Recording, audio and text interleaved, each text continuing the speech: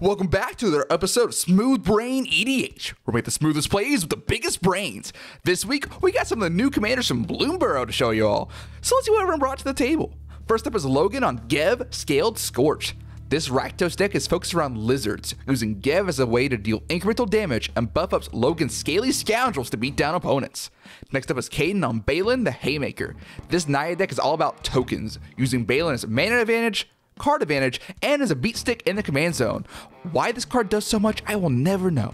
Our third player today is Sam on Wick the World Mind. This Grixis deck is a rat deck, hoping to play rats to make big snails with Wick's triggered ability, then sacking said snails for damage and card draw. Last is Ethan on Flubs the Fool. This teamer deck goes on a journey without a clear destination. Flubs discarding and drawing, allowing for some unique card advantage engines and impulsive lines of play. We're about to hop right into this game, but before that, go ahead and give us a like, subscribe, and ring the notification bell so you don't miss any of our new content. We have our links to our social media, public Discord server, Decklists, and our Patreon in the description. We're partnered with Dragon Shield. Check out our affiliate link in the description if you're looking to pick up any sleeves, deck boxes, or playmats, and use code SMOOTH5 at checkout for 5% off your order. We're also partnered with Inked Gaming. Our affiliate link is also in the description if you're looking to make any custom playmats. Now, on to the gameplay. Alright, let's get into this game. Caden starts off with an elegant parlor. His surveil stays on top, and then the turn is passed to Sam. Sam will play Morphic Pool, and then the turn is passed to Ethan. Ethan will play a forest into a beautifully top deck Birds of Paradise, and then he passes. Logan will play a basic swamp, and then he'll tap it to cast Iridescent Vine Lasher, and then he passes back to Caden. Caden will start off with a Bountiful Promenade, then he taps for 2 and casts Farseek. This will find him a commercial district to the battlefield tapped, and after a good shuffle, he'll surveil the Shire to the graveyard. Then the turn is passed to Sam. He'll start off with a basic swamp, and he'll tap it to cast Dark Ritual. And thanks to that extra 3 black mana, he's able to cast his commander, Wick, this turn. And when he ETBs, he gets a little snail friend. Then he passes to Ethan, who will start off with a snow-covered island as land for turn, then he'll tap for 3 and cast Tireless Provisioner and pass the turn. Logan will start his turn off with a Dragon Skull Summit. This triggers landfall from his Vine Lasher, and he'll hit Ethan for 1. Then he'll tap for 2 and cast that guy Gev, and then he'll pass the turn to Caden. And Caden starts off with Scoot Swarm. He'll then play a Windswept Heath as land for turn. Landfall trigger will make a 1/1 insect. Then he'll fetch with a Windswept Heath for a Lush Portico. This will get him another bug, and then his Surveil will stay on top. Then the turn is passed to Sam, and he'll play a Takenuma as land for turn.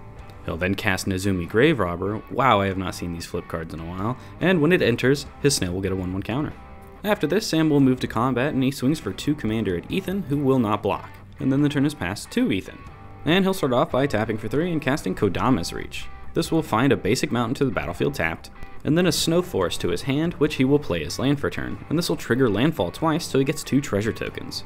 And with these treasures, he's able to cast the man, the myth, the legend, Flubs.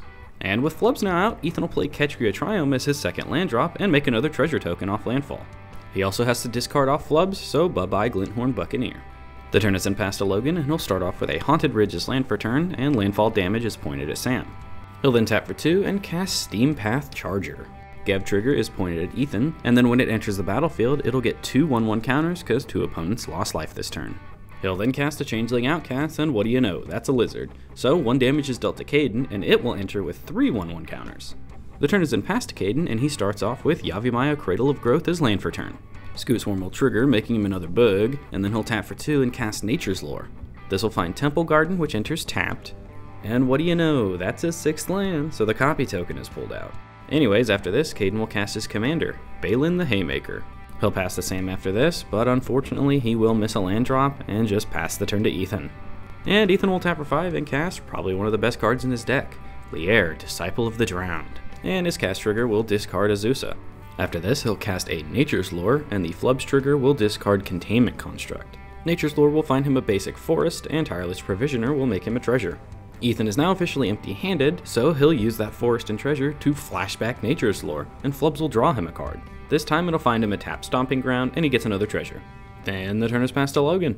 And he'll immediately move to combat, and he'll swing Changeling Outcast at Caden. Thankfully, they do remember it can't be blocked, so Caden will just take the 4. After combat, Logan will tap for 3 and cast a Protection Racket, and then the turn is passed to Caden. But Caden stops on end step to tap 3 bug tokens to Beylen and draw a card. Sam will respond to this by tapping for 3 mana to cast Feed the Cycle to destroy the original Scoot Swarm. That resolves, then Caden will actually draw the card, and then we'll move to his turn, where he'll start off with a basic forest. Landfall trigger will double up Scoot Swarms. And now with 7 lands out, Caden will tap all 7 and cast Avenger of Zendikar. It resolves.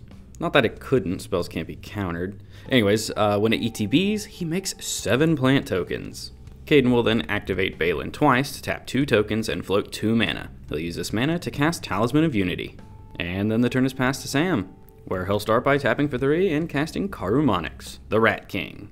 And when Karumonix hits the field, his snail will get another 1/1 counter. And also, he'll look at the top 5 cards of his library, reveal any rats among them, put them to his hand, and put the rest on the bottom. Unfortunately though, all 5 cards are a whiff. So he'll just pass the turn to Ethan after this, and Ethan will start off by casting Birgi, God of Storytelling. Wee woo, Ethan turn incoming. First off, there's a discard trigger, he discards Spire Garden. Then after this, he'll flashback Kodama's Reach. Flubs and Birgi will trigger. He's empty-handed, so he'll draw a card, and then he'll float a red mana. Kodama's Reach will then resolve, and it finds Snow-Covered Mountain to the battlefield, and then an island to his hand, and then he gets another treasure off Tireless Provisioner. He'll then play the island as land for turn, and he has a couple triggers. First, he gets another treasure token, then Flubs has him discard a card, and that card is Obsessive Search. And of course, he'll cast it for its madness cost. More triggers, Birgi will make him another red mana, and Flubs draws him a card, so he'll draw 2 total. After this, Ethan will tap for a green and spend a red to cast Life from the Loam. This targets Spire Garden, and then he has 2 more cast triggers. Birgi floats another red, and Flubs will have him discard a Fellwar Stone. The Loam then resolves, and he'll play the Spire Garden as a second land drop this turn. Flubs will draw him a card, and he also gets another treasure. After this, Ethan will use a treasure to flashback Obsessive Search. Birgi will float him another mana, and Flubs has him discard Blasphemous Act. Then, when the Obsessive Search resolves, Ethan will opt to dredge Life from the Loam instead. This hits 3 lands, Steam Vents, Command Tower, and a Snow Island. After this, he'll cast Life from the Loam again, targeting all 3 of those lands, and he'll get another red mana from Birgi, and once again empty-handed, he'll draw a card from Flubs. And that card is probably the next best card in his deck. It's Jessica's Will. He'll use his floating 3 red mana to cast it, and he targets Sam and chooses both modes. He'll discard an island off Flubs, float a red mana off Birgi, float 5 red mana off Jessica's Will, and then exile the top 3 cards of his library. Those 3 cards are Exotic Orchard, Currency Converter, and Oracle of Moldiah. He'll then cast Currency Converter, get a mana from Birgi, and discard Steam Vents.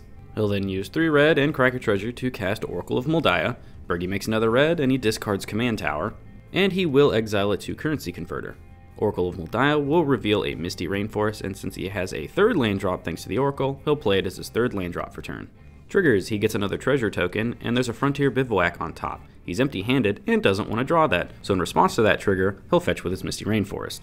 He'll find a basic island, and landfall gets him another treasure. There's no extra Flubs trigger because that says specifically when you play a land. Anyways, after Ethan shuffles, the top card of his library is a Mox Amber, which he will draw. Then the card after that is Exploration.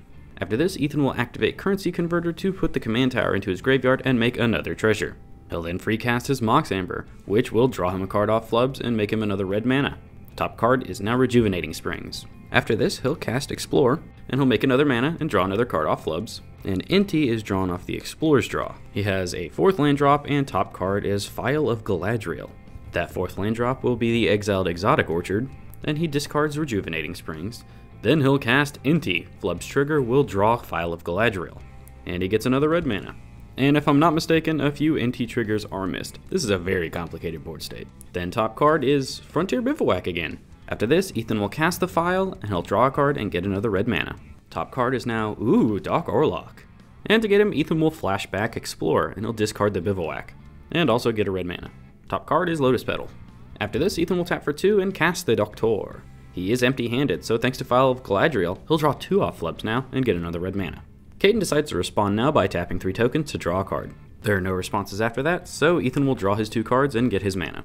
He forgets to reveal the second card though. Then there's a Rootbound Crag on top. Ethan will then cast the Lotus Petal, get another red, and discard Conduit of Worlds.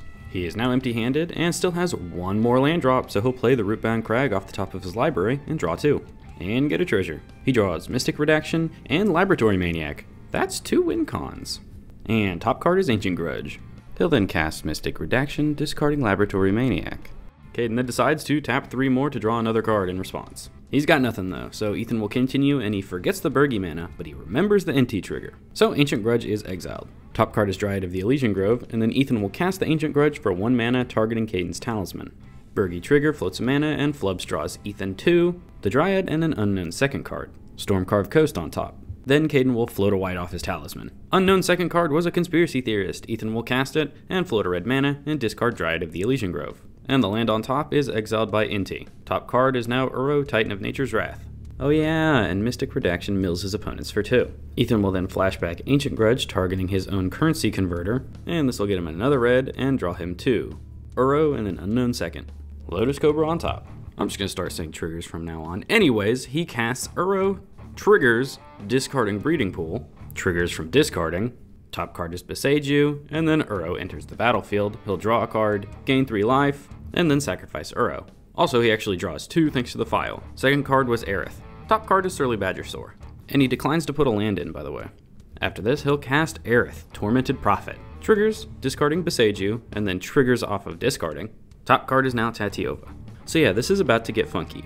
Anytime Ethan casts a spell with an empty hand, he'll draw 2 off File of Galadriel, and then Aerith will instead exile 4 cards off the top of his library. So now he'll cast Lotus Cobra with an empty hand. So he exiles the top 4 of his library. Oh yeah, and a Burgy trigger. Top card is Soul Ring. And Ethan does not say what all 4 of those cards are. Thank you for making this easy on me, Ethan. I think I saw an Echo of Eons in there. Anyways, he'll continue on by casting Surly Badger Sword from exile. Remember, all these spells from exile cost 2 less. Anyways, he exiles the top 4 again and floats another red off Burgy. Doesn't say what they are again. Obviously there's a Soul Ring, and I think I saw Jace Wielder of Mysteries.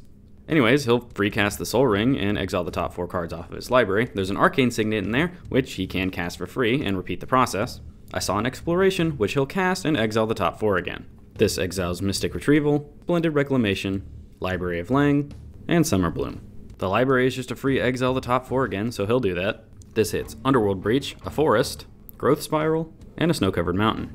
He'll then cast Summer Bloom and exile 4 more. He doesn't say what they are, but at this point, it's really a trust me bro kind of moment. He can just keep casting stuff till he has no library left. And now thanks to Summer Bloom, he can just play 3 more lands, get 3 more treasures, and float 3 more mana. Oh yeah, and exile 12 cards. One of those 12s was Strike It Rich, so he'll cast it to make a treasure and exile 4. Oh, and he only has 4 cards left in his library, so it is now gone. Ethan will then cast the Jace Wielder of Mysteries. Thankfully, Aerith keeps him from milling out. Then he'll uptick the Jace, and since its static ability is its own replacement effect, he just chooses to go with the win the game instead. Yeah, and nobody has any responses, so that makes Ethan and Flubs the Fool the winners. Man, Flubs took him on a journey. Well, hope you guys like combo games, because I'm pretty sure this game was over around the 5-minute mark. What are we at now? 13? Woo! Oh my god, Flubs is crazy. That was absolutely non-deterministic for the majority of it, and then he just got there. Luckily though, I think Flubs is a pretty popular commander, so let us know what you thought about that turn in the comments down below. But that's enough out of me today. I hope you all have a smooth day.